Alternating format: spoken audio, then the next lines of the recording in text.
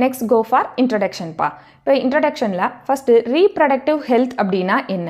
Reproductive health அப்படிங்கிற term refers to ஒரு healthy reproductive organ. Reproductive organ ஹெல்த்தியாக இருக்கிறதும் அண்ட் நார்மல் ரீப்ரடக்டிவ் ஃபங்க்ஷனை தான் ரீப்ரடக்டிவ் ஹெல்த் அப்படின்னு சொல்லுவாங்க.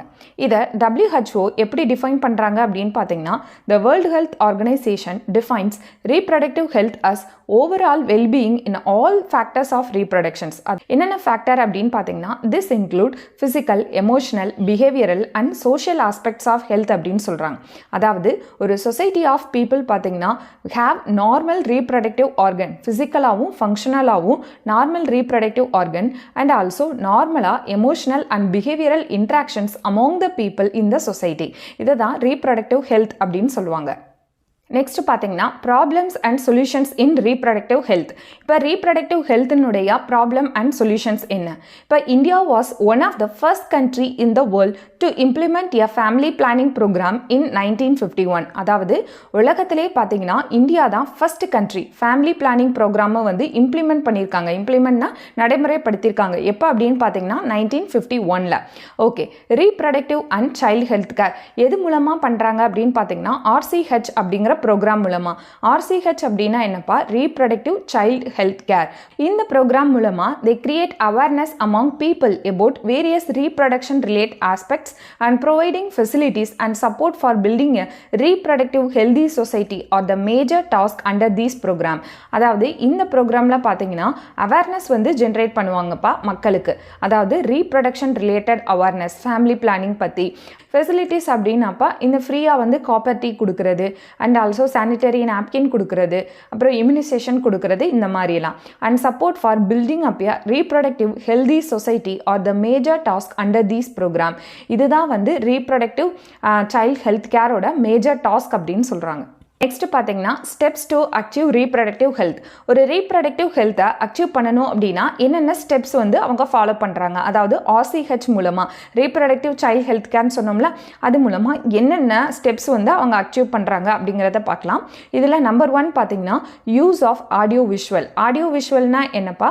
அதாவது நமக்கு ரேடியோ மூலமாகவோ இல்லை டிவி மூலமாகவோ அவங்க வந்து அவேர்னஸ் வந்து கிரியேட் பண்ணுவாங்க. And also media print. Media பிரிண்ட்னா என்ன? பத்திரிகைகள் மூலமாக by both government and non-governmental agencies to create awareness programs. அதாவது அரசாங்கத்தின் மூலமாக கவர்மெண்ட் அண்ட் NGOஸ்ன்னு சொல்லுவாங்களா, அதான் நான் கவர்மெண்ட் ஏஜென்சிஸ்ன்னு சொல்லுவாங்க. அவங்க மூலமாகவும் இந்த அவேர்னஸ் வந்து கிரியேட் பண்ணுவாங்கப்பா. Okay, young adults and children must be provided with correct information by the responsible adult, teachers, parents and close relatives, friends along with the open dialogue to make them aware of reproductive health. அதாவது இளம் தலைமுறைகள்னு சொல்லுவாங்க, young adultsல இருப்பாங்கல்ல, அவங்களுக்கு வந்து open dialogue மூலமாக வெளிப்படையாக ரீப்ரொடக்ஷன்ஸை பற்றின awareness வந்து கொடுக்கணும்னு சொல்கிறாங்க. Children must be provided with correct information by the responsible. அதாவது ரெஸ்பான்சிபிள் அடல்ட்ஸ்னால் அவங்க வீட்டில் இருக்கவங்களா இருக்கலாம், சிப்ளிங்ஸாக இருக்கலாம், இல்லை டீச்சர்ஸ், பேரண்ட்ஸ், அவங்களோட ஃப்ரெண்ட்ஸ், க்ளோஸ் ரிலேட்டிவ்ஸ், இவங்களாம் வந்து ரீப்ரொடக்ஷன்ஸை பற்றி ஓப்பனாக வந்து பேசணும். இது வந்து ஒரு நார்மலான ஃபங்க்ஷன் அப்படிங்கிறத அவங்களுக்கு அவேர்னஸ் வந்து கிரியேட் பண்ணணும்னு சொல்கிறாங்கப்பா. ஓகே, நெக்ஸ்ட் வந்து sex education need to be introduce in schools and colleges. அதாவது செக்ஸ் எஜுகேஷனை வந்து ஸ்கூல்ஸ் அண்ட் காலேஜஸ்லையும் இன்ட்ரடியூஸ் பண்ணணும்னு சொல்கிறாங்க. Awareness must be created about sexually transmitted disease. அது மட்டும் இல்லாமல் செக்ஷுவலி டிரான்ஸ்மிட்டட் டிசீஸ் வந்து எப்படி ஸ்ப்ரெட் ஆகுது அதை பற்றின அவேர்னஸ் வந்து அவங்களுக்கு கொடுக்கணும்னு சொல்கிறாங்க. Next, there is a need to educate the people about birth control options, pre and postnatal care along with the importance of child care especially for fertile couples and marriageable individuals. அதாவது இப்போதான் புதுசாக கல்யாணம் ஆனவங்க இல்லை கல்யாணத்துக்கு ரெடியாக இருக்கிறவங்க அவங்களுக்கு birth control options. Birth control ஆப்ஷன்ஸ்னால் என்னப்பா? கருத்தடை சாதனங்கள் என்ன, கருத்தடை முறைகள் என்னென்ன அப்படிங்கிறத நம்ம எஜுகேட் பண்ணணும்னு சொல்கிறாங்க. அது மட்டும் இல்லாமல் pre and post natal care. Pre and post natal கேர்னா என்னப்பா? இப்போ ரீசெண்டாக குழந்தை பெற்ற தாய்மார்கள் இருப்பாங்கல்ல, அவங்க வந்து கன்சீவாக இருக்கும்போதும் சரி, குழந்தை பெற்றதுக்கு அப்புறமும் சரி, அதை வந்து எப்படி கேர் பண்ணணும், importance of the child care, குழந்தையை எப்படி வளர்க்கணும் அப்படிங்கிற அவேர்னஸும் கொடுக்கணும்னு சொல்கிறாங்க. Okay, next they must also be made aware of importance of breastfeeding. அது மட்டும் இல்லாமல் தாய்ப்பால் கொடுக்கறதுனுடைய முக்கியத்துவத்தையும் நம்ம அவங்களுக்கு எடுத்து சொல்லணும்னு சொல்கிறாங்க. All this will result in the development of a conscious and healthy society and families. இதெல்லாம் பண்ணும்போது தான் பார்த்தீங்கன்னா ஒரு ஆரோக்கியமான ரீப்ரடக்டிவ் ஹெல்தியான ஒரு சொசைட்டியை வந்து நம்ம கொடுக்க முடியும்னு சொல்கிறாங்க. Peoples must be made aware of the problems related to the population explosion, sex-related crimes and sex abuse. அது மட்டும் இல்லாமல் மக்களுக்கு வந்து நம்ம விழிப்புணர்வு ஏற்படுத்தணும். இப்போ மக்கள் தொகை அதிகமாச்சு அப்படின்னா அது என்னென்ன விளைவுகளை கொடுக்கும் அப்படிங்கிறத அவங்களுக்கு நம்ம எடுத்து சொல்லணும்னு சொல்கிறாங்க. அண்ட் ஆல்சோ செக்ஸ் ரிலேட்டட் கிரைம்ஸ்னால் என்னப்பா, இப்போ நிறையா வந்து சைல்டு அப்யூஸ் பண்ணுறது, அது மட்டும் இல்லாமல் சைல்டு ரேப் பண்ணுறது, கேங் ரேப் பண்ணுறது, இந்த மாதிரிலாம் பண்ணக்கூடாது அப்படிங்கிறத நமக்கு வந்து எடுத்து சொல்லணும் அப்படின்னு சொல்றாங்க இந்த அவேர்னஸ் ப்ரோக்ராம் மூலமா. To successfully implement the health plans there must be availability of the professional expertise. அதாவது இதை நம்ம சக்சஸ்ஃபுல்லா ஒரு பாப்புலேஷன்ல இம்ப்ளிமெண்ட் பண்ணணும் அப்படின்னா ப்ரொஃபஷனல் எக்ஸ்பர்டைஸ் அப்படின்னா டாக்டர்ஸ், நர்சஸ், அந்த ஹெல்த் ரிலேட்டடான ஒர்க் பண்றவங்க, provisions and availability of strong infrastructural facilities and material support. Strong infrastructural ஃபெசிலிட்டிஸ்னா என்னப்பா, இப்போ நம்ம கருத்தடை சாதனங்களை கவர்மெண்ட்ல ஃப்ரீயா கொடுக்கிறது, சானிட்டரி நாப்கின் கொடுக்கிறது, இம்யூனைசேஷன் பண்றது, இதுக்கெல்லாம் பார்த்தீங்கன்னா ஒரு நல்ல ப்ரொஃபஷனலான டீம், இன்ஃப்ராஸ்ட்ரக்சர், நம்மளுக்கு மெட்டீரியல் சப்போர்ட் தேவை அப்படிங்கிறத சொல்றாங்க. பார்த்தீங்கன்னா the facilities that are provided must be newer and upgraded in accordance with the need of the reproductive health. அதாவது நம்ம கொடுக்கக்கூடிய அந்த ஃபெசிலிட்டி பார்த்தீங்கன்னா எப்படி இருக்கணும், அப்கிரேடடாக இருக்கணும். இப்போ ரீசன்ட் அட்வான்ஸ்மெண்ட்லாம் அதில் இருக்கிற மாதிரி இருக்கணும்.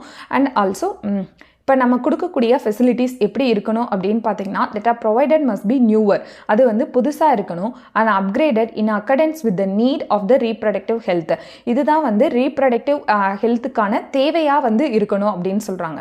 Okay, next complete ban of foetal sex determination to check female foeticide. Female foeticide அப்படிங்கிறது பெண் சிசு கொலை அப்படின்னு சொல்லுவாங்களா, அதுப்பா.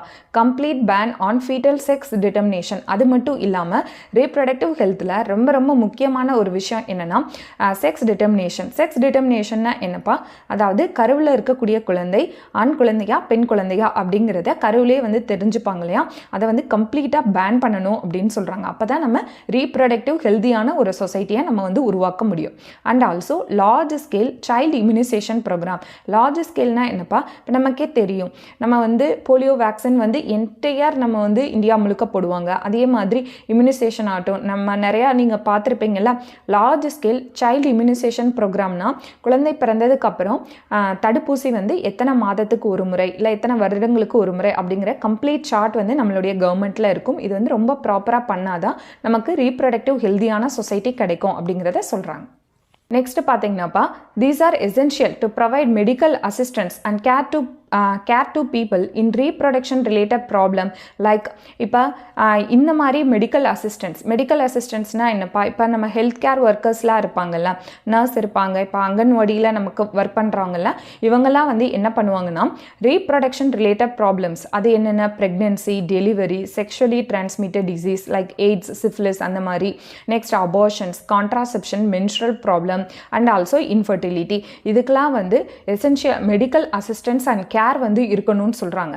சாச்சுவரி பேன் ஆன் அம்னியோசென்டிசிஸ் அப்படின்னா என்னப்பா, இப்போ ஒரு கருவில் இருக்கும்போது அம்மாவினுடைய அந்த கரு இருக்குது பார்த்தீங்களா, குழந்தை, அந்த குழந்தையை சுற்றியும் இது வந்து கருப்பை சுவர் அப்படின்னு வச்சுக்கோங்க.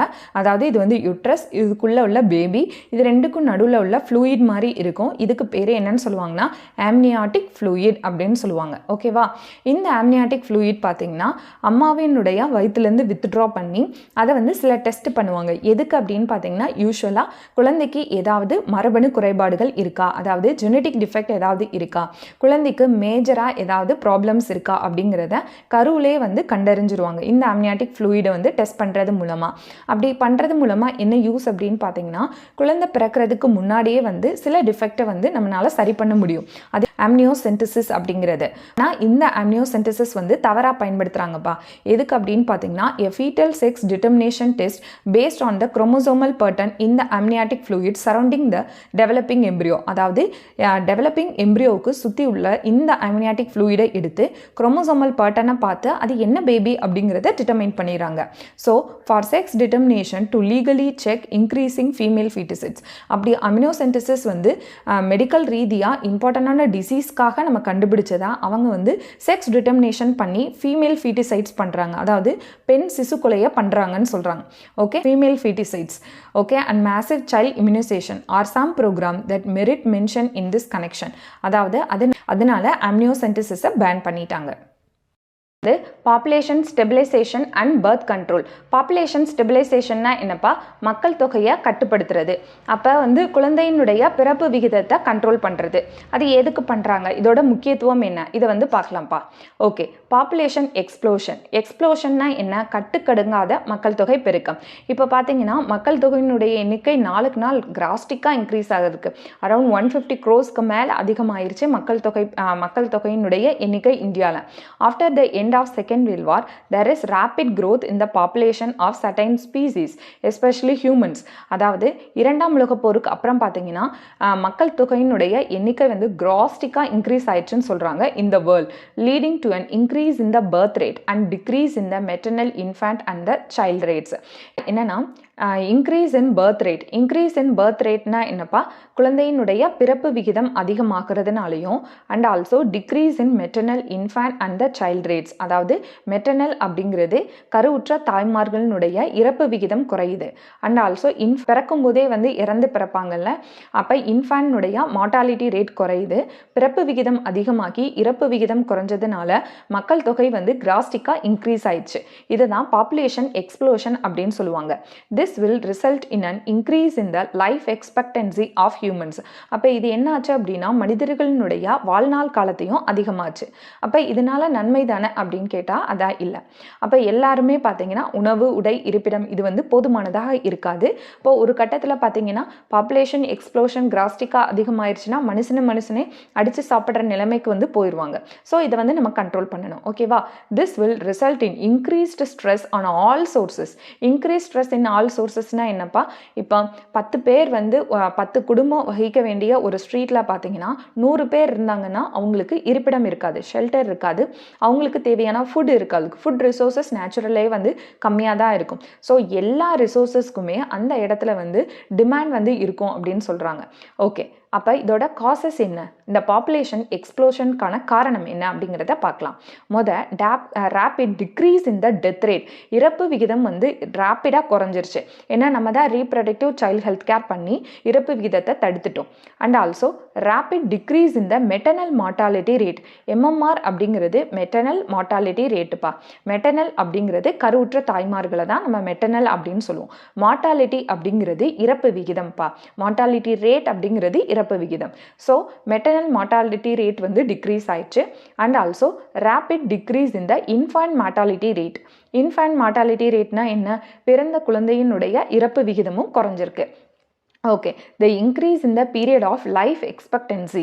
லைஃப் எக்ஸ்பெக்டன்சினா மனிதர்களுடைய வாழ்நாள் காலமும் அதிகமாயிடுச்சு. The increase in number of people belonging to the reproducible age. அதாவது அப்போ மக்கள் தொகை அதிகமாக இருக்கும்போது நிறைய மக்கள் பார்த்திங்கன்னா ரீப்ரொடியூசபிள் ஏஜில் வந்து இதில் இருக்கக்கூடிய மக்களினுடைய எண்ணிக்கையும் அதிகமாயிடுச்சு. இந்த காரணங்கள்னால தான் நமக்கு கிராஸ்டிக்காக வந்து மக்கள் தொகையினுடைய எண்ணிக்கை வந்து அதிகமாக இருக்குது அப்படின்னு சொல்கிறாங்க. இப்போ methods to control population explosion. இப்போ பாப்புலேஷன் எக்ஸ்ப்ளோஷனை என்னென்ன மெத்தட்ஸில் வந்து நம்ம கண்ட்ரோல் பண்ணலாம் அப்படின்னு பார்த்தீங்கன்னா, முதல்ல ப்ரமோட்டிங் ஸ்மாலர் ஃபேமிலிஸ். ஸ்மாலர் ஃபேமிலிஸ்னால் என்னப்பா, இப்போ நம்மளுடைய ஸ்லோகன்லாம் எழுதியிருப்பாங்களா, நாம் இருவர் நமக்கு இருவர் அப்படின்னு சொல்லி எழுதியிருப்பாங்களா, அந்த மாதிரி ஸ்மாலர் ஃபேமிலிஸை வந்து கவர்மெண்ட்டே வந்து ப்ரொமோட் பண்ணணும். இப்போ and also promoting the use of contraceptive methods. இது வந்து ரொம்ப முக்கியம்ப்பா. அதாவது கருத்தடை சாதனங்களை யூஸ் பண்ணுறதை வந்து ப்ரொமோட் பண்ணணும்னு சொல்கிறாங்க. Next increasing the legal age of marriage 18 years for females and 21 years for males. அதாவது மேரேஜபிள் ஏஜ், அதாவது சைல்டு மேரேஜை தடுக்கணும். லீகலாக வந்து எப்போ மேரேஜ் பண்ணணும் அப்படின்னு பார்த்தீங்கன்னா நமக்கு என்சிஆர்டியில் 18 இயர்ஸ் அப்படின்னு கொடுத்துருக்காங்க. அதையே நம்ம ஃபாலோ பண்ணிக்கலாம். Okay, 18 years for females and 21 years for males. Next appreciate measures towards couples with smaller families. அதாவது இப்போ அப்ரிஷியேட்னா என்னப்பா, இப்போ ரெண்டு குழந்தைங்க இருக்க வீட்டில் அவங்க வந்து கருத்தடை பண்ணிக்கிட்டாங்க அப்படின்னா அவங்களுக்கு ஏதாவது காம்ப்ளிமெண்ட் கொடுக்கறது கவர்மெண்ட் சைட், அது மூலமாக ஸ்மாலர் ஃபேமிலிஸை ப்ரொமோட் பண்ணலான்னு சொல்கிறாங்க. இப்போ கருத்தடை சாதனங்கள் பயன்படுத்துறது மூலமாக நம்ம வந்து பர்த் கண்ட்ரோல் பண்ணலாம்ப்பா. எஸ், அப்போ ஒரு ஐடியல் கான்ட்ராசெப்டிவ் எப்படி இருக்கணும், ஒரு ஆக்சுவலான ஒரு கான்ட்ராசெப்டிவ் வந்து எப்படி இருக்கணும் அப்படின்னா ஷுட் பி யூஸ்ட் ஈஸிலி, அதாவது மக்கள் எளிதில் பயன்படுத்தக்கூடிய வகையில் இருக்கணும். இப்போ யூஸ் பண்ணுறதுக்கு ரொம்ப கஷ்டமாக இருக்குது அப்படின்னா எல்லாருனாலையும் அதை வந்து பயன்படுத்த முடியாதுல்ல, அதனால ஷுட் பி யூஸ்ட் ஈஸிலி, ஈஸியாக யூஸ் பண்ணுற மாதிரி இருக்கணும். ஷுட் பி அவைலபிள் ஈஸியாக அவங்களுக்கு கிடைக்கக்கூடிய வகையில் இருக்கணும். அதாவது கவர்மெண்ட் ஹாஸ்பிட்டல்ஸ்லையோ இல்லைனா பிரைமரி ஹெல்த் சென்டர், ஆரம்ப சுகாதார நிலையம், இல்லை பக்கத்தில் இருக்க மெடிக்கல் ஷாப், இந்த மாதிரி ஷுட் பி ஈஸிலி அவைலபிளாக இருக்கணும். ஷுட் பி எஃபெக்டிவ், அது நல்ல எஃபெக்டிவான ஒரு கருத்தடை சாதனமாக இருக்கணும். Side effects must be absent or minimum. அதனால வரக்கூடிய சைட் எஃபெக்ட் வந்து பார்த்தீங்கன்னா ரொம்ப அது மினிமலாக இருக்கலாம், இல்லைனா சைட் எஃபெக்ட் இல்லாமல் இருந்தால் ரொம்ப நல்லது அப்படின்னு சொல்கிறாங்க. ஷுட் பி ரிவர்சபிள்னா என்னப்பா, ஒன்ஸ் அந்த கருத்தடை சாதனங்களை யூஸ் பண்ணுறதை ஸ்டாப் பண்ண உடனே அவங்க வந்து கன்சீவ் ஆகிற மாதிரி இருக்கணும். அதான் should be reversible, should not affect the desire, sexual drive and act of the individual. அதாவது ஒரு தனி மனிதனுடைய செக்ஷுவல் டிரைவ், அதாவது செக்ஷுவல் விருப்பம், அதுக்கு வந்து எகெயின்ஸ்டா வந்து அந்த சாதனங்கள் இருக்கக்கூடாது அப்படிங்கிறத சொல்றாங்க. நெக்ஸ்ட் பார்த்தீங்கன்னா மெத்தட்ஸ் ஆஃப் கான்ட்ராசெப்ஷன் பார்த்தீங்கன்னா என்னென்ன மெத்தடில் இருக்குது அப்படிங்கிறத பார்க்கலாம். ஒன்று நேச்சுரல் ஆர் ட்ரெடிஷ்னல் மெத்தட், ரெண்டாவது பார்த்தீங்கன்னா பேரியர் மெத்தட், மூணாவது intrauterine devices, fourth one oral contraceptives, fifth one injectable and implant, sixth one வந்து surgical method. These are 6 contraception methods. First வந்து நேச்சுரல் மெத்தட்பா. நேச்சுரல் மெத்தட் பார்த்தீங்கன்னா it is based on principles related to avoiding the fusion of sperm and egg. அதாவது ஸ்பெர்மும் எக்கும் fusion ஆகாமல் prevent பண்ணும் இந்த natural method. இதில் என்னென்ன டைப் இருக்குது அப்படின்னு பார்க்கலாம். நேச்சுரல் மெத்தடில் ஃபஸ்ட்டு பார்க்குறது பார்த்தீங்கன்னா பீரியாடிக் அப்சிஸ்டன்ஸ் அப்படின்னா என்ன? In this method the couples prevent themselves from intercourse during the 10th and 17th day of the menstrual cycle, since during this period the chances of ovulation are maximum, called the fertile period. Therefore, refraining from coitus during this period will result in decrease in the chances of pregnancy. இதில் என்ன சொல்ல வராங்க அப்படின்னு பார்த்தீங்கன்னா, இப்போ ஒரு பெண் இருக்காங்க அப்படின்னா அந்த பெண்ணுக்கு இப்போ 28 days வந்து அவங்களுடைய மென்ஸ்ட்ரல் சைக்கிள் இருக்குன்னு வச்சுக்கோங்க. ஃப்ரம் day 1 to 28 வரைக்கும். இதில் நடுவில் பார்த்தீங்க அப்படின்னா 10th டேல இருந்து 17th டே வரைக்கும் அவங்களுக்கு வந்து ஓவம் வந்து ரிலீஸ் ஆகும். நம்ம லாஸ்ட் சாப்டரில் பார்ப்போம். லாஸ்ட் சாப்டரில் நம்ம படிச்சிருக்கோம். ஏன்னா எவ்ரி மந்த் வந்து mid of the every month வந்து ஓவம் வந்து ரிலீஸ் ஆகும் அப்படின்னு சொன்னோமா. அப்போ மிட் டேனா நம்ம லாஸ்ட் சாப்டரில் என்ன படிச்சிருப்போம், 14th டே வந்து ஓவம் ரிலீஸ் ஆகும் அப்படின்னு படித்தோமா. இப்போ இவங்க என்ன சொல்கிறாங்கன்னா, ஒரு கப்பல் இருக்காங்க அப்படின்னு வச்சுக்கோங்க. அந்த லேடியோட மென்ஸ்ட்ரல் சைக்கிள் வந்து ஆவரேஜாக ஒரு 28 days வந்து நம்ம எடுத்துப்போம். 28 days வந்து மென்ஸ்ட்ரல் சைக்கிள் வரும். அதில் mid of the menstrual cycle பார்த்தீங்கன்னா ஓவம் வந்து ரிலீஸ் ஆகும். இவங்க என்ன சொல்கிறாங்கன்னா 14th டே, அதாவது 14th டே வந்து ஃபார் எக்ஸாம்பிள் ஓவம் ரிலீஸ் ஆச்சுன்னா எல்லாருக்கும் எக்ஸாக்டாக 14th டே வந்து ஓவம் வந்து ரிலீஸ் ஆகாது. ஸோ சில பேருக்கு வந்து முன்னாடி பின்னாடி வரலாம்ல. ஸோ 10வது நாள்லேருந்து 17வது நாள் வந்து அவங்க இன்டர்கோர்ஸை அவாய்ட் பண்ணாங்க அப்படின்னா அவங்களால கன்செப்ஷனை அவாய்ட் பண்ண முடியும், அதாவது ஆகாமல் தடுக்க முடியும் அப்படின்னு சொல்கிறாங்க. ஓகேவா? அதாவது கன்செப்ஷனை அவாய்ட் பண்ண முடியும், ப்ரெக்னென்ட் ஆகிறதுலேருந்து தடுக்கலாம் அப்படின்னு சொல்கிறாங்க. நெக்ஸ்ட் பார்த்தீங்க அப்படின்னா வித்ட்ராவல் ஆர் காய்டஸ் இன்டரப்டஸ்னா என்ன?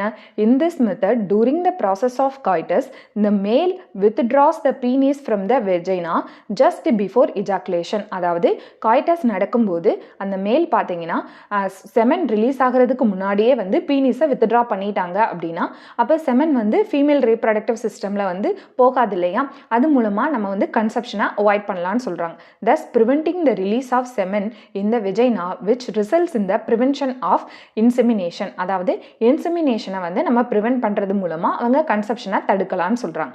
ஓகேவா. நெக்ஸ்ட்டு தேர்ட் ஸ்டெப் பார்த்தீங்கன்னா லாக்டேஷனல் ஏமெனோரியா. லாக்டேஷனல் ஏமெனோரியானா என்ன? This method occurs during the lactation period when the menstrual cycle is absent in the females. அதாவது ஒரு பெண் வந்து குழந்தை பெற்றதுக்கு அப்புறம் பார்த்தீங்கன்னா அவங்களுக்கு menstrual cycle வந்து அப்சென்ட்டாக இருக்கும் until வந்து அவங்க குழந்தைக்கு ஃபீட் பண்ணுற வரைக்கும். Touring this period there will be no ovulation. அப்போ அந்த இடத்துல பார்த்தீங்கன்னா குழந்தைக்கு ஃபீட் பண்ணிட்டு இருக்கும்போது breast feed பண்ணும்போது ஓவுலேஷன் வந்து இருக்காது. and this results in the decreased chances of pregnancy. So அந்த சமயத்தில் அவங்க வந்து இன்டர்கோர்ஸில் இருந்தாங்க அப்படின்னா ப்ரெக்னென்ட் ஆகிறதுக்கான சான்சஸ் வந்து கம்மின்னு சொல்கிறாங்க. This period continues only up to 6 months after the birth of child. அப்போ எது வரைக்கும் ஓவுலேஷன் நடக்காது அந்த லேடிக்குன்னு பார்த்தீங்கன்னா அவங்க குழந்தை பெற்று 6 மாதம் வரைக்கும், அதாவது பாஷஸ் period continues only up to 6 months after the birth of the child. அதாவது குழந்தை பிறந்து 6 மாதம் வரைக்கும் தான் வந்து இந்த பீரியட் வந்து ஓவுலேஷன்ஸ் வந்து நடக்காதுன்னு சொல்கிறாங்க. Till the period of intense lactation. அதாவது லாக்டேஷனல் ஏமெனோரியானா ஒன்றும் இல்லைப்பா, ஒரு லேடி இருக்காங்க அப்படின்னா அவங்க குழந்தை பெற்று 6 மாதம் வரைக்கும் அவங்களுக்கு வந்து ஓவுலேஷன் இருக்காது. சமயத்தில் ஃபர்ஸ்ட் 6 months வந்து அவங்க இன்டர்கோர்ஸில் இருந்தாங்கன்னா அவங்க கன்சீவ் ஆக மாட்டாங்கன்னு சொல்கிறாங்க. Okay. In the case of natural barriers there is no use of chemicals leading to no side effect, although its success rate is limited and the chances of failure are also high. They are not completely safe. இப்போ என்ன சொல்கிறாங்கன்னாப்பா, அப்போ இந்த natural method வந்து it's a best method அப்படின்னு நம்ம பார்த்தோன்னா இதில் வந்து சைட் எஃபெக்ட் கிடையாதுப்பா. எந்த டிவைசஸுமே வந்து நம்ம பாடியில் இன்சர்ட் பண்ணுறது, யூஸ் பண்ணுறது, டேப்லெட்ஸ் அந்த மாதிரி எதுவுமே கிடையாது. சைட் எஃபெக்ட் வந்து சுத்தமாகவே கிடையாது. ஆனால் இதோட சக்ஸஸ் ரேட் வந்து புவர் அப்படின்னு சொல்கிறாங்க. ஏன் சக்ஸஸ் ரேட் அப்படின்னு பார்த்தீங்கன்னா, இப்போ நம்ம ஃபஸ்ட்டு பீரியாடிக் அப்சிஸ்டன்ஸில் நம்ம என்ன சொன்னோம், 10th டேலேருந்து 17th டே வரைக்கும் அவங்க வந்து இன்டர்கோர்ஸை அவாய்ட் பண்ணாங்கன்னா கன்சீவ் ஆக மாட்டாங்கன்னு சொல்லலாம்ல. ஆனால் எல்லாருக்குமே வந்து இதுதான் ஃபர்டைல் பீரியட் அப்படிங்கிறத நம்ம சொல்ல முடியாது. ஓகேவா. ரெண்டாவது காய்டஸ் இன்டரப்டஸ் அப்படிங்கிறது இது அந்த ப்ராசஸ் நடக்கும்போது எல்லாமே வித்ட்ரா பண்ணுவாங்க அப்படிங்கிறத நம்ம சொல்ல முடியாது. பை ஆக்சிடென்டலாக செமன் வந்து ரீப்ரொடக்டிவ் சிஸ்டமில் போயிடுச்சுன்னா அவங்க கன்சீவ் ஆகிறதுக்கான சான்சஸ் அதிகம். அதே மாதிரி லாக்டேஷனல் ஏமெனோரியா அப்படி ஃபர்ஸ்ட் 6 months வரைக்கும் ஓவுலேஷனே நடக்காது அப்படிங்கிறத நம்ம ஷூரிட்டியாக சொல்ல முடியாது. இது depends upon the individual. So இந்த நேச்சுரல் மெத்தட் ஆஃப் கான்ட்ராசெப்ஷன்ஸில் பார்த்தீங்கன்னா இது கம்ப்ளீட்லி சேஃபாக இருந்தாலும் ஃபெயிலியர் வந்து ஹை அப்படின்னு சொல்கிறாங்க. Barrier method. பேரியர் மெத்தட்னா என்னப்பா, ஒரு பேரியர்னா என்ன, ஒரு தடுப்பு மாதிரி வச்சு ஸ்பெர்மையும் ஓவமையும் மீட் பண்ணாமல் நம்ம தடுக்க போகிறோம். அதான் barrier method. In this method there are certain physical barriers used that prevent the fusion of sperm and ovum. அதாவது ஒரு ஃபிசிக்கல் பேரியர் மாதிரி நம்ம யூஸ் பண்ணி ஸ்பெர்மும் ஓவமும் ஃபியூஷன் ஆகிறத நம்ம தடுக்கலாம் அப்படின்னு சொல்கிறாங்க. அதில் நம்பர் 1 பார்த்தீங்கன்னா condoms. They are the physical barrier that are made up of thin rubber or latex sheath that cover the penis in males, while in the case of females they cover the cervix. அதாவது காண்டம் பார்த்தீங்கன்னா both மேல்ஸ்லேயும் இருக்கும்ப்பா, ஃபீமேல்ஸ்லேயும் இருக்கும். It is made up of rubber thin elastic மாதிரி இருக்கும். இப்போ மேலில் பார்த்தீங்கன்னா பீனிஸை cover பண்ணுற மாதிரி இருக்கும், ஃபீமேல்ஸை பார்த்தீங்கன்னா உங்களுடைய சர்விக்ஸில் கவர் பண்ணுற மாதிரி இருக்கும். The condoms for both males and females can be easily disposed of. அதாவது அவங்க ஈஸியாக அதை பயன்படுத்திக்க முடியும், ஈஸியாக வந்து அதை டிஸ்போஸ் பண்ண முடியும்னு சொல்கிறாங்க. The condoms are useful in preventing the transfer of STDs as stop the meeting of genital fluids of both the partners. அதாவது இந்த காண்டம் பார்த்தீங்கன்னா நாட் ஒன்லி நமக்கு வந்து கான்ட்ராசெப்ஷனுக்கு மட்டும் இல்லாமல் இது செக்ஷுவல் டிரான்ஸ்மிட்டட் டிசீஸ் வந்து ப்ரிவென்ட் பண்ணுதுன்னு சொல்கிறாங்க. எப்படி இந்த காண்டமை யூஸ் பண்ணி அவங்க இன்டர்கோர்ஸ் பண்ணாங்கன்னா அவங்களுடைய ஜெனிட்டல் ஃப்ளூயிட் 2 பார்ட்னர், அதாவது போத் மேல் அண்ட் ஃபீமேல் வந்து மீட் ஆகாது. ஸோ இந்த மாதிரி டிசீசஸ் வந்து ஸ்ப்ரெட் ஆகாதுன்னு சொல்கிறாங்க. Okay. Certain other barriers like இது மட்டும் இல்லாமல் வேறு என்னென்ன பேரியர்னா சர்வைக்கல் கேப்ஸ், இதெல்லாம் ஃபீமேல்ஸில் use பண்ணுறதுப்பா. cervical cap, diaphragm and walls can also be used by the females to cover the cervix during the process of coitus and prevents the entry of sperm, and these barriers are reusable. அதாவது இந்த cervical cap, diaphragm, vault இதெல்லாம் பார்த்தீங்கன்னா female reproductive சிஸ்டமில் சர்விக்ஸை cover பண்ணுற மாதிரி இருக்கும். இதை வந்து நம்ம ரீயூஸ் பண்ணிக்கலாம் அப்படிங்கிறத சொல்கிறாங்க. இந்த டிவைசஸ் பார்த்தீங்கன்னா prevent the meeting of sperm and the ovum. So இதை வந்து கான்ட்ராசெப்ஷனுக்கு நம்ம பயன்படுத்திக்கலாம்.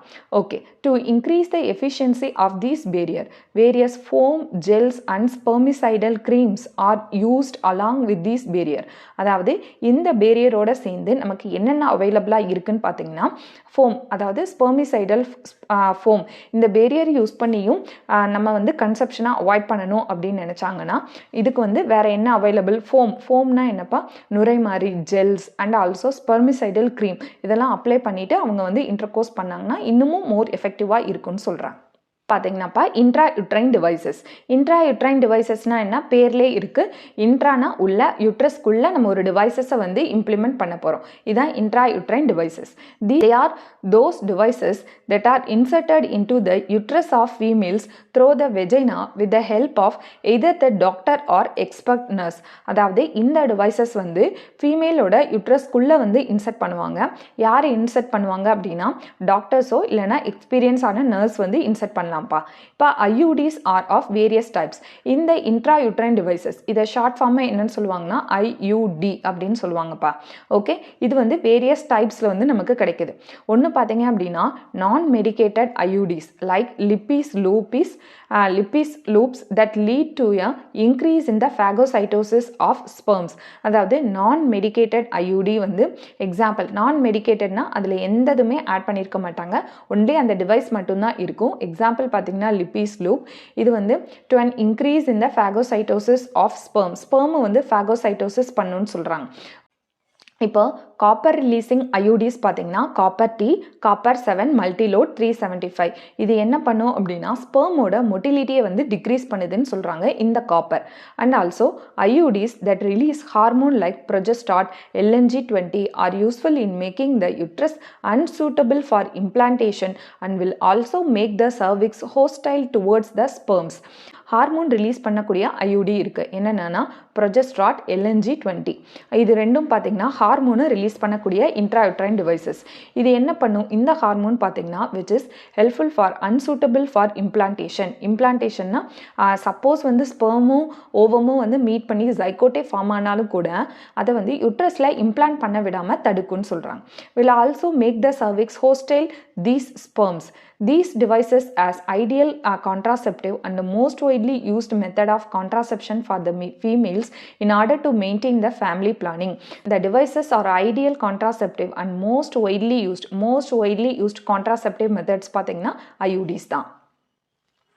நெக்ஸ்ட் வந்து பார்த்தீங்கன்னா oral contraceptives.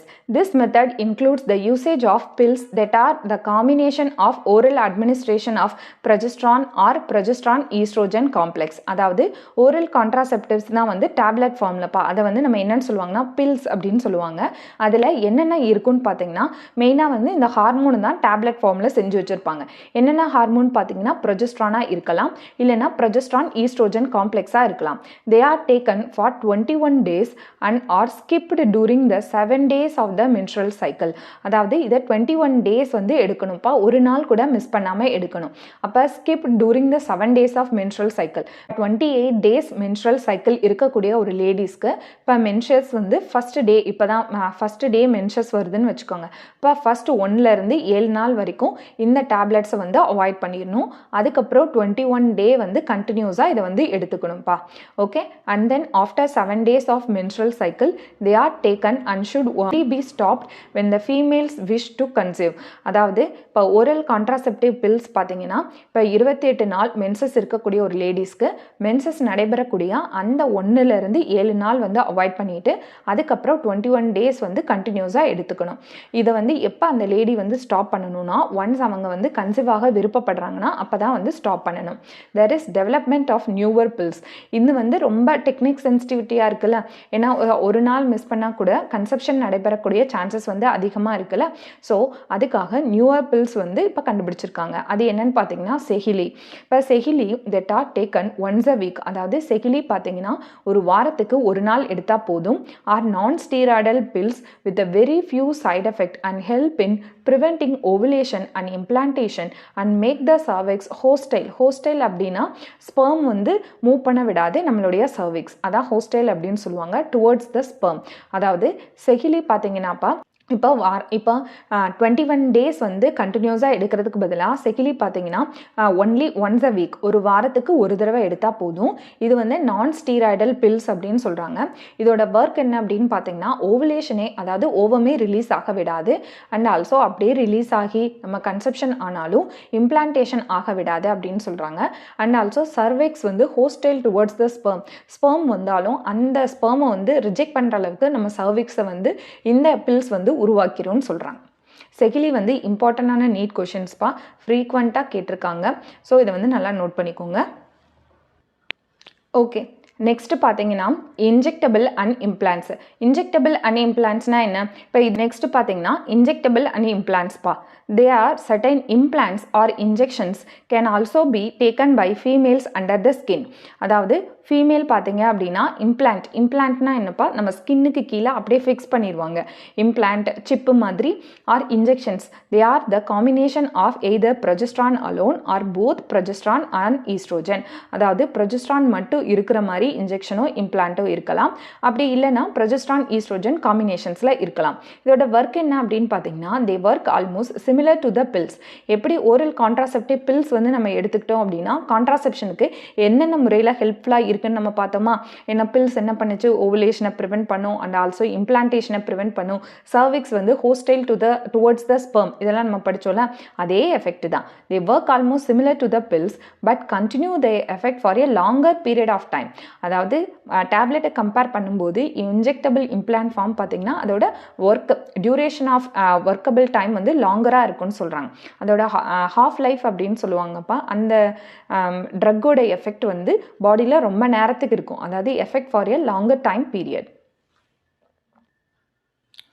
நெக்ஸ்ட் பார்த்தீங்கன்னாப்பா surgical method. This method includes the interference of surgery in blocking the movement of gametes leading to failed conception. அதாவது கேமெட்ஸோட move பண்ணுறது வந்து தடுக்கிறது. வெதர் வந்து ஸ்பெர்மாக இருக்கலாம், ஓவமாக இருக்கலாம். சர்ஜிக்கல் முறைப்படி சர்ஜரி பண்ணி கேமெட் வந்து மூவ் பண்ணுறதை தடுக்கிறதுன்னு சொல்கிறாங்க சர்ஜிக்கல் மெத்தடில்.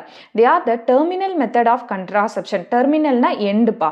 இதுதான் வந்து end method of contraception and are therefore called the sterilisation. இதை தான் என்னன்னு சொல்லுவாங்கன்னா ஸ்டெரிலைசேஷன் அப்படின்னு சொல்லுவாங்கப்பா.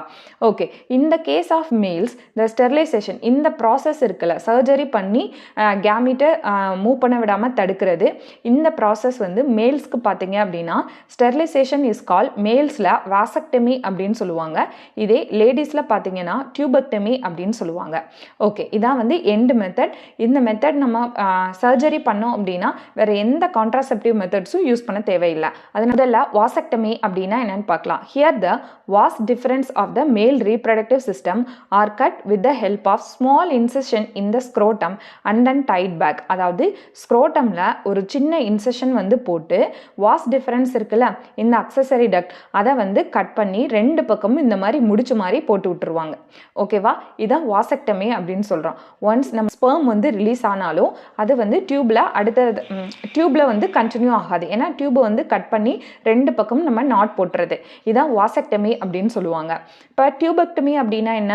Here the fallopian tube of the female reproductive system are cut with the help of small incision in the abdomen or the vagina and then tied back. அதாவது abdomen வழியாகவோ இல்லைனா vagina வழியாகவோ ஒரு இன்செஷன், அதாவது incision வந்து பண்ணி Fallopian டியூபை வந்து கட் பண்ணிடுவாங்க.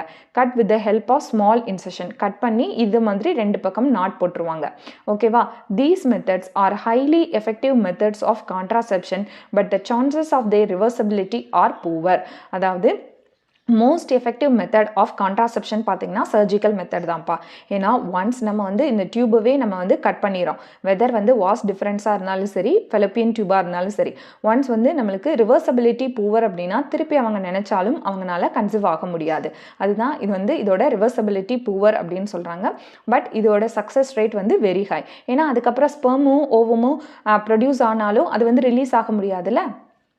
இப்போ பார்த்தீங்கன்னாப்பா, the need for contraceptive methods is to help in checking the population explosion. செக்கிங்னா என்னப்பா, பாப்புலேஷன் அதாவது மக்கள் தொகை பெருக்கத்தை கண்ட்ரோல் பண்ணுறதுக்காக நம்ம கொண்டு வந்த இந்த கான்ட்ராசெப்டிவ் மெத்தட்ஸ் பார்த்தீங்க அப்படின்னா நமக்கு வந்து மக்கள் தொகை பெருக்கத்தை கண்ட்ரோல் பண்ணுறது மட்டும் இல்லாமல் but the use of various methods of contraceptions. இப்போ நம்ம மற்ற மெத்தட்ஸ் இருக்குல்ல, சர்ஜிக்கல் மெத்தடை தவிர மற்ற மெத்தட் ஆஃப் கான்ட்ராசெப்ஷன் இருக்குல்ல, அதில் நிறையா சைட் எஃபெக்ட் இருக்குன்னு சொல்கிறாங்கப்பா.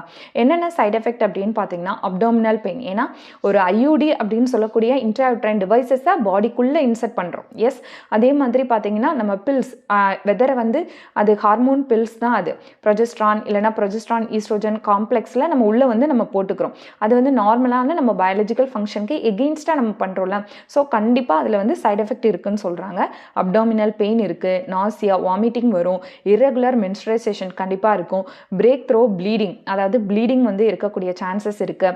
அதாவது ஐயூடிஸ் வந்து யுட்ரஸ்குள்ளே இம்ப்ளான்ட் பண்ணும்போது ப்ளீடிங் நடக்கக்கூடிய சான்சஸ் வந்து இருக்குது. அண்ட் ஆல்சோ பிரெஸ்ட் கேன்சர் வர்றதுக்கான வாய்ப்புகள் அதிகம் அப்படின்னு சொல்கிறாங்க இந்த மற்ற கான்ட்ராசெப்டிவ்ஸ் மெத்தட்ஸ் மூலமாக. நெக்ஸ்ட் பார்த்தீங்கன்னா medically termination of pregnancy. Medical terminated pregnancy is also called the induced abortion, where pregnancy is terminated intentionally before its full term completion. அதாவது 9 month கம்ப்ளீட் ஆகிறதுக்கு முன்னாடியே நம்மளா வந்து ஒரு கருவை கலைக்கிறது. இதான் வந்து மெடிக்கலி டெர்மினேட் pregnancy அப்படின்னு சொல்கிறோம். Though MTP is used for the purpose of decreasing the population growth, it sometimes plays a major role in decreasing population. அதாவது இந்த MTP பார்த்தீங்க அப்படின்னா பாப்புலேஷனுடைய க்ரோத்தை குறைக்கிறதுக்கு நம்ம பயன்படுத்தினாலும் சில டைமில் பார்த்தீங்க அப்படின்னா பாப்புலேஷனே வந்து குறைஞ்சிருதுன்னு சொல்கிறாங்க. In 1971, the use of MTP was legalized by the government of India along with certain provisions to prevent its misuse. அதாவது பார்த்தீங்கன்னா எப்போ வந்து எம்டிபியை லீகலைஸ் பண்ணாங்க, கவர்மெண்ட் ஆஃப் இந்தியா லீகலைஸ் பண்ணது 1971. எது அப்படின்னு ஏன் அப்படின்னு பார்த்தீங்கன்னா வித் ஸ்ட்ரிக்ட் ப்ரொவிஷன்ஸ்னால் என்ன, நிறைய ஸ்ட்ரிக்டான ரூல்ஸ் போட்டு தான் இந்த எம்டிபியை வந்து அவங்க அமல்படுத்தியிருக்காங்க. என்னென்ன அப்படிங்கிறத பார்க்கலாம். ஒய் எம்டிபி இப்போ நம்ம கேள்விப்பட்டிருப்போம் அபார்ஷன் பண்ணுறது வந்து தப்பு, சட்டப்படி குற்றம் அப்படின்ட்டு. அப்படி கவர்மெண்ட்டே வந்து சில அபார்ஷன்ஸ் வந்து ப்ரொமோட் பண்ணுறாங்க. என்னென்ன விஷயத்தில் அப்படின்னு பார்த்தீங்கன்னா to prevent unwanted pregnancy. Unwanted ப்ரெக்னென்சினா என்ன, இப்போ தான் அவங்களுக்கு குழந்தை பிறந்திருக்கும், இமீடியட்டாக 2 months அவங்க கன்சீவ் ஆகிட்டாங்கன்னா அதே அன்வான்ட் ப்ரெக்னென்சிப்பா. அதே மாதிரி இந்த ரேப் கேசஸில் வந்து கன்சீவாக இருந்தாங்க அப்படின்னா அதை வந்து எம்டிபி பண்ணுவாங்கப்பா. அதே மாதிரி பார்த்தீங்க அப்படின்னா வேறு என்னென்ன காசஸ் அப்படின்னு பார்த்தீங்கன்னா குழந்தை வந்து நம்மளுடைய யுட்ரஸில் இம்ப்ளான்டேஷன் ஆகாமல் ஃபெலோப்பியன் டியூப்லேயே வந்து தங்கிருச்சு அப்படின்னா அந்த ஃபெலோப்பியன் டியூப் வெடித்து மதர் வந்து இறந்துருவாங்க. ஸோ அந்த இடத்துல எம்டிபி பண்ணுவாங்க. அடுத்து வேறு என்னென்ன இடத்துல வந்து எம்டிபி பண்ணுவாங்கப்பா, குழந்தை வந்து வயிற்றுக்குள்ளேயே வந்து வளர்ச்சி இல்லாமல் இருந்தது, இப்போது 3 months வளர வேண்டிய குழந்தைக்கு வந்து சரியான வளர்ச்சி இல்லை, அதே மாதிரி குழந்தைங்களுக்கு வந்து லிம்ஸ் டெவலப்மெண்ட் இல்லை, அதே மாதிரி 12 weeks கிட்ட வந்து ஒரு என்டி ஸ்கேன் பண்ணுவாங்கப்பா. அதில் குழந்தைக்கு பார்த்தீங்கன்னா ஏதாவது வந்து குரோமோசோமல் அப்நார்மாலிட்டி பரம்பரையாக வரக்கூடிய ஜீன் டிஃபெக்ட் இருக்கு அப்படிங்கிறத பார்த்தாங்கன்னா மெடிக்கலி டெர்மினேட்டட் பிரெக்னன்சி பண்ணுவாங்க. அதாவது ஒரு தாய்க்கும் சேய்க்கும் பாதுகாப்பாக இருந்ததுனா தான் அந்த பிரெக்னன்சியை அலோவ் பண்ணுவாங்க. சப்போஸ் தாயினுடைய உயிருக்கோ குழந்தை பிறந்தோ அந்த குழந்தைக்கு வந்து நிறைய டிஃபெக்ட் இருந்ததுன்னா அப்போ எம்டிபியை வந்து ப்ரொமோட் பண்ணுறாங்கப்பா. Okay, it is useful in certain cases where the continuation of pregnancy may be ஃபேட்டல்னா இறக்கிறது. ஓகே, இந்த ப்ரெக்னன்சியை நம்ம கண்டினியூ பண்ணோம் அப்படின்னா fatal for either mother or the foetus or both. அதாவது இந்த கருவை வந்து அவங்க கண்டினியூ பண்ணாங்கன்னா அம்மாவுக்கோ இல்லை குழந்தைக்கோ இல்லை 2 பேருக்குமே இறப்பு ஏற்படும். அப்படிங்கிற பட்சத்தில் எம்டிபி பண்ணுவாங்க. இந்த first trimester of pregnancy MTPs are safe. இதை நோட் பண்ணிக்கோங்க, very important NEET point of view question. அதாவது எம்டிபி வந்து எப்போ சேஃப் அப்படின்னு பார்த்தீங்கன்னா ஃபர்ஸ்ட் ட்ரைமஸ்டர்னா என்ன, முதல் 1 to 3 மாத காலத்துக்குள்ள எம்டிபி பண்ணாதான் அது safe. while during the second trimester they become risker. அதாவது செகண்ட் ட்ரைமஸ்டர் இருக்கும்போது மதருக்கு வந்து ரொம்ப ரிஸ்க் ஆயிரும். It is often observe that MTPs are sometimes performed by quacks or unqualified doctors leading to the fatality for the mothers.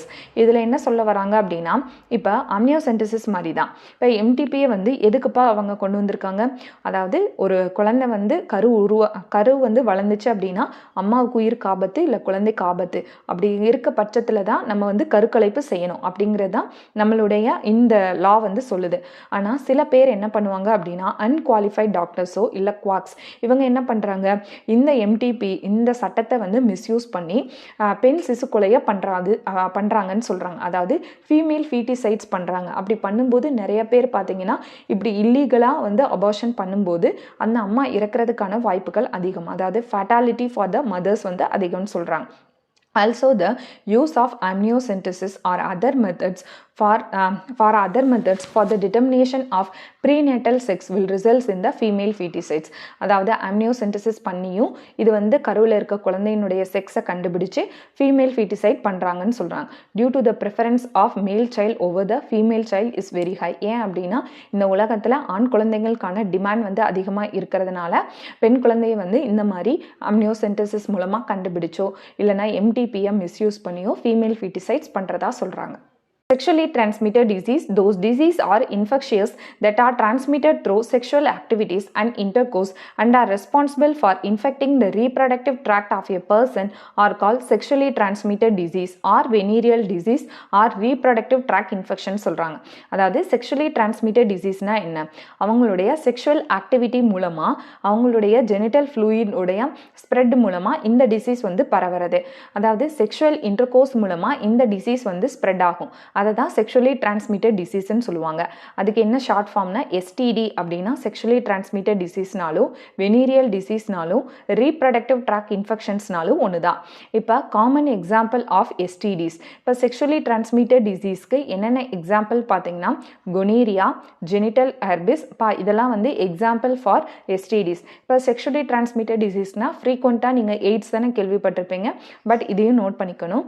கொனீரியா, genital herpes and also syphilis, genital warts, chlamydiosis, hepatitis B and trichomonasis, HIV leading to AIDS and trichomonasis. These are sexually transmitted disease. இதில் HIV பார்த்தீங்கன்னா HIV அப்படிங்கிறது virus, இது வந்து AIDS அப்படிங்கிற டிசீஸை cos பண்ணும். இதில் the most dangerous STDs among mentioned above are HIV infections. இப்போ நம்ம மேலே படித்த இந்த மற்ற sexually transmitted diseases விட ரொம்ப டேஞ்சரஸ் ஆனது எது அப்படின்னு கேட்டாங்க HIV இன்ஃபெக்ஷன்ஸ் தான்.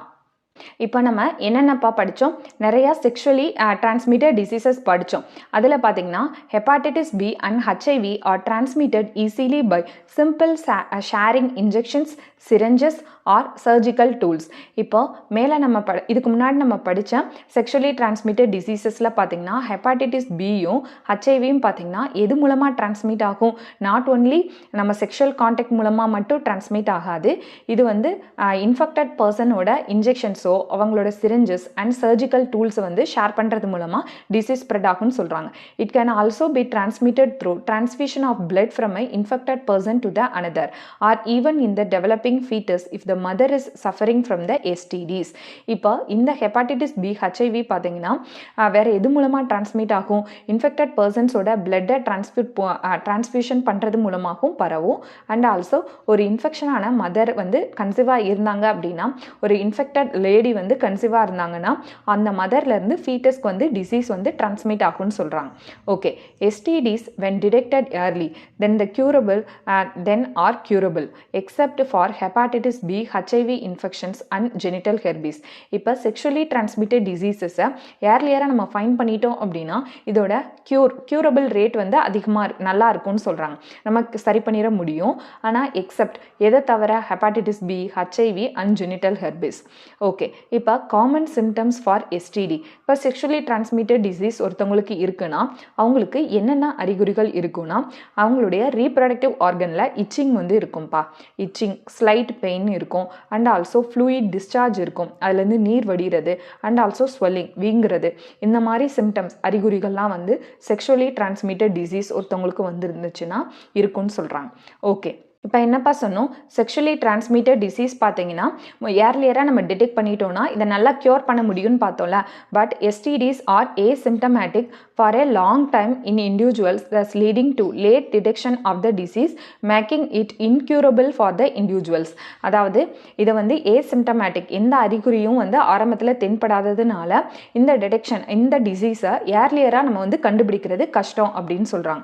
The STDs result in various complications conditions that include இந்த செக்ஷுவல் டிரான்ஸ்மிட்டட் டிசீஸ் ஒரு லேடிக்கு வந்திருக்கு அப்படின்னா அவங்க கன்சீவாக இருந்தாங்கன்னா அவங்களுக்கு ஃப்ரீக்வெண்ட்டாக அபார்ஷன் நடக்கக்கூடிய சான்சஸ் இருக்கும்.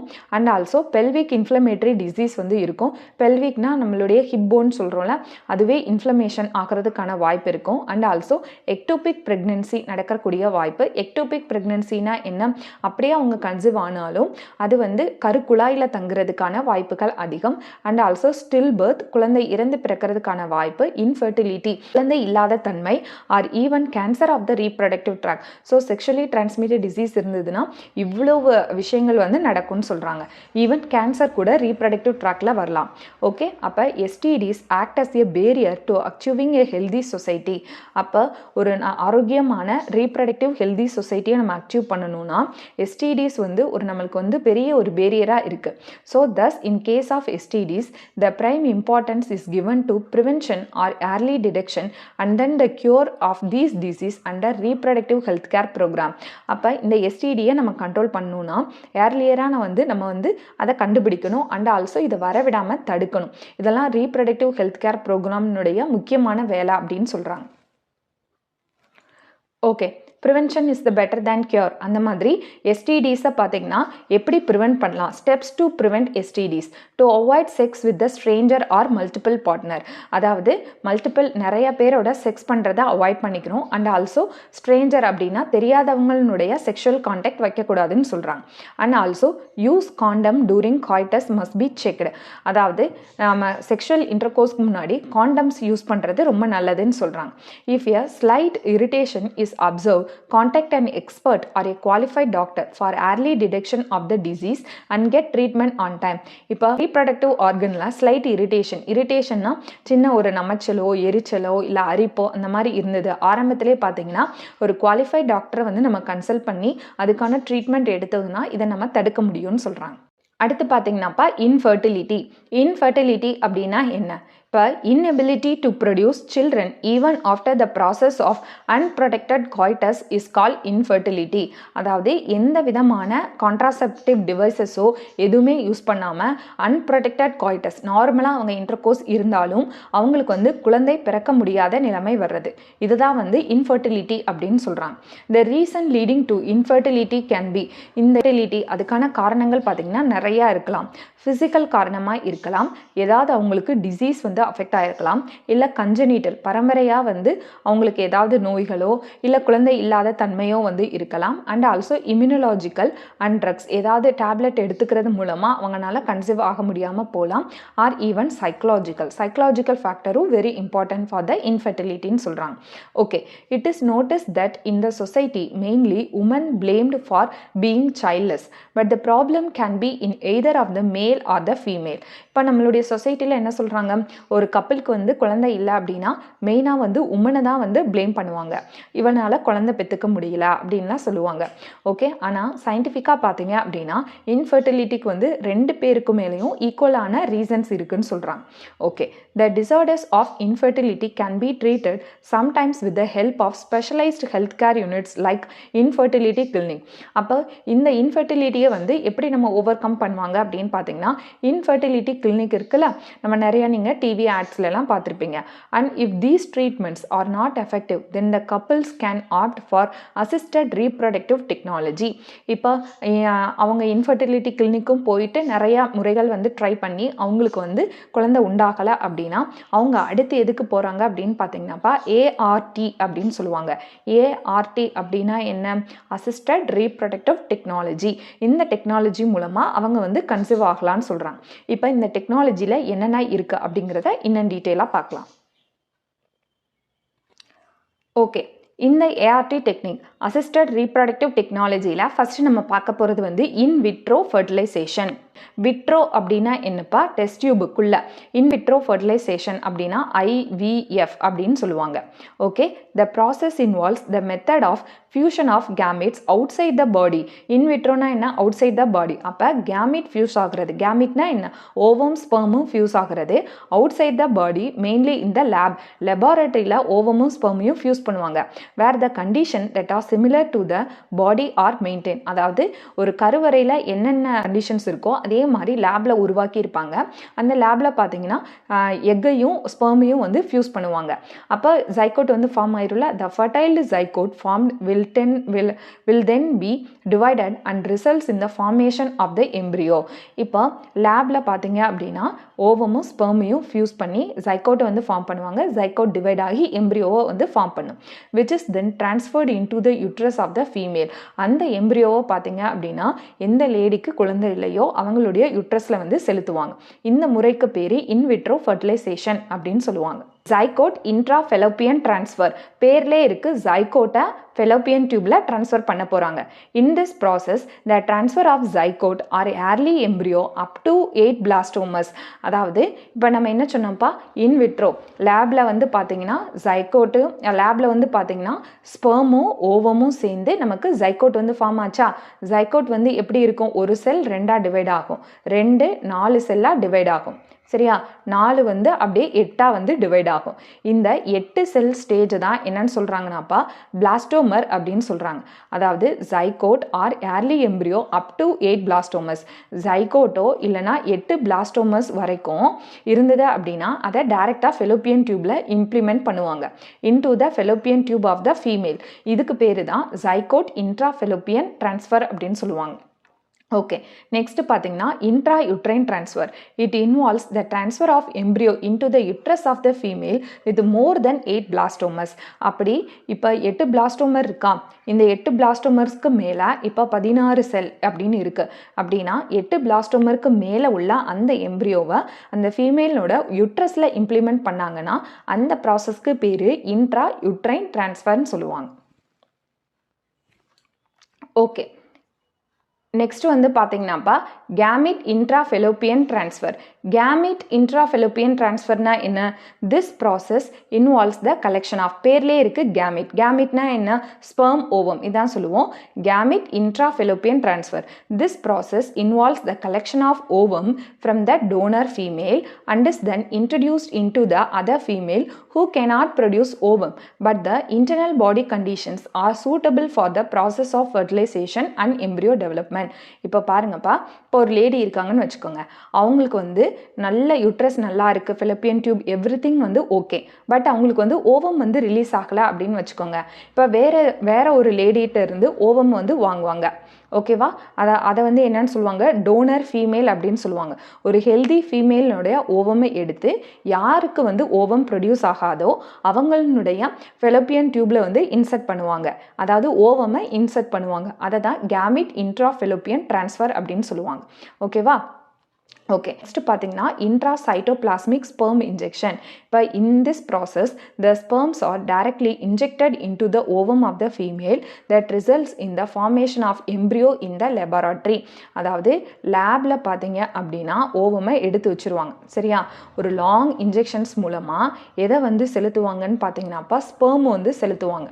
ஓகே, இந்த ப்ராசஸ்க்கு பேர் தான் intracytoplasmic sperm injection. இப்போ ஓவமோட சைட்டோபிளாசம்லேயே வந்து ஸ்பெர்ம் ஒரு இன்ஜெக்ஷன்ஸ் மூலமாக இன்செர்ட் பண்ணிடுவாங்க. இந்த ப்ராசஸ்க்கு பேர் தான் இன்ட்ராசைட்டோபிளாஸ்மிக் இன்ஜெக்ஷன். லேபில் ஓவமை எடுத்து வச்சுப்பாங்க. இந்த ஓவமோட சைட்டோபிளாசமில் ஒரு சிரஞ்சில் ஸ்பெர்ம் லோட் பண்ணி உள்ளே வந்து இன்ஜெக்ட் பண்ணுவாங்க. அதுக்கப்புறம் இப்போ ஸ்பெர்மும் ஓவமும் சேர்ந்து நமக்கு ஜைகோட் ஃபார்ம் ஆகி எம்ப்ரியோ வந்து லேப்லேயே நமக்கு ஃபார்ம் ஆயிரும். நெக்ஸ்ட் பார்த்தீங்கன்னா ஆர்டிஃபிஷியல் இன்செமினேஷன் டெக்னிக்பா. ஆர்டிஃபிஷியல் இன்செமினேஷன்னா என்ன, this technique involves the collection of semen. செமனை வந்து கலெக்ட் பண்ணுவாங்க யார்கிட்ட அப்படின்னு பார்த்தீங்கன்னா, செமன்னா என்ன, which consist of sperm from either the husband, ஒரு ஹஸ்பண்ட்டை இருந்தோ இல்லைனா ஒரு ஹெல்தி டோனர்கிட்ட இருந்தோ செமனை கலெக்ட் பண்ணுவாங்க. And is then injected into either the vagina or the uterus, வெஜைனாலேயோ யூட்ரஸ்லேயோ வந்து அதை வந்து இன்ஜெக்ட் பண்ணுவாங்க. இந்த ப்ராசஸ்க்கு பேர் தான் intrauterine insemination of the female bodyன்னு சொல்கிறாங்க. இது யாருக்கு பண்ணுவாங்க அப்படின்னா, ஒருத்தவங்களுக்கு நல்லாவே செமன் வந்து ப்ரொடியூஸ் ஆகும், பட் அவங்களால இன்செமினேட் பண்ண முடியாது, அவங்களுக்கு வந்து ஏஐ பண்ணுவாங்க. அண்ட் ஆல்சோ அவங்களுக்கு வந்து செமன் வந்து கரெக்டான செமன் வந்து ரொம்ப கம்மியான கவுண்ட்டில் வந்து ரிலீஸ் ஆகலாம், அவங்களுக்கும் இந்த ஏஐ வந்து பண்ணுவாங்கப்பா. அப்படி யுட்ரஸில் இன்செமினேட் பண்ணாங்கன்னா அந்த ப்ராசஸ்க்கு பேர் தான் intrauterine insemination அப்படின்னு சொல்லுவாங்க. நம்ம சொன்ன எல்லா டெக்னிக்கும் இப்போ இன்ட்ராயூட்ரைன் இன்செமினேஷன், அடுத்து ஜைகோட் இன்ட்ராஃபெலோப்பியன் ட்ரான்ஸ்ஃபர், அடுத்து gamete intrafallopian transfer, and also ICSI intracytoplasmic insemination and AI and also intrauterine insemination. Okay, இப்போ நம்ம படித்த எல்லா இன்செமினேஷன் டெக்னிக்லையும் intrauterine insemination, zygote intrafallopian and gamete intrafallopian and intracytoplasmic sperm injection, artificial insemination, அடுத்து intrauterine insemination, இந்த ப்ராசஸ்லாம் பார்த்தீங்க அப்படின்னா highly technique sensitive and also நம்மளுக்கு மணியும் அதிகமாக ஸ்பெண்ட் ஆகும். Okay, all these methods are perform by certified experts who are highly experienced with the technology. யார் வந்து இந்த டெக்னாலஜியில் நல்ல எக்ஸ்பீரியன்ஸ்டாக இருக்காங்களோ அவங்க தான் இதில் பண்ணுவாங்கப்பா. Okay, and are used also require instruments that are expensive. இந்த மெத்தட்ஸ்லாம் பார்த்தீங்கன்னா ரொம்ப காஸ்ட்லி. நீங்கள் வந்து இந்த ட்ரீட்மெண்ட் எடுத்துகிட்டு இருக்கவங்ககிட்ட நீங்கள் கேட்டாலே தெரியும். அனதர் குட் ஆப்ஷன், இதை விட ஒரு பெஸ்ட் ஆப்ஷன் என்ன அப்படின்னு பார்த்தீங்கன்னா, ஒரு கப்பலுக்கு இன்றைக்கும் நிறையா குழந்தைகள், ஆரோக்கியமாக பிறந்த குழந்தைகள் பார்த்தீங்கன்னா நிறைய வந்து அடாப்ஷன் சென்டரில் இருப்பாங்க. ஸோ லீகலாக அடாப்ஷன்ஸ் வந்து பண்ணிக்கிறது ரொம்ப நல்லதுன்னு சொல்கிறாங்க. ஏன்னா இந்த டெக்னிக்லாம் பண்ணி நம்மளுடைய ஹெல்த்துக்கும் ஸ்பாயில் அண்ட் ஆல்சோ வெல்த்துக்கும் ஸ்பாயில். ஸோ வந்து ஒரு சைல்டை வந்து அடாப்ட் பண்ணுறது வந்து ரொம்ப பெட்டர் ஆப்ஷன் அப்படின்னு சொல்கிறாங்கப்பா. Okay friends, that's all about reproductive health. இந்த வீடியோ உங்களுக்கு பிடிச்சிருந்தது அப்படின்னா மறக்காம நம்ம சேனலை சப்ஸ்கிரைப் பண்ணுங்கள். ஏதாவது டவுட்ஸ்னால் கீழே கமெண்ட் பாக்ஸில் கமெண்ட் பண்ணுங்கள். தேங்க்ஸ் ஃபார் வாட்சிங் அவர் சேனல்.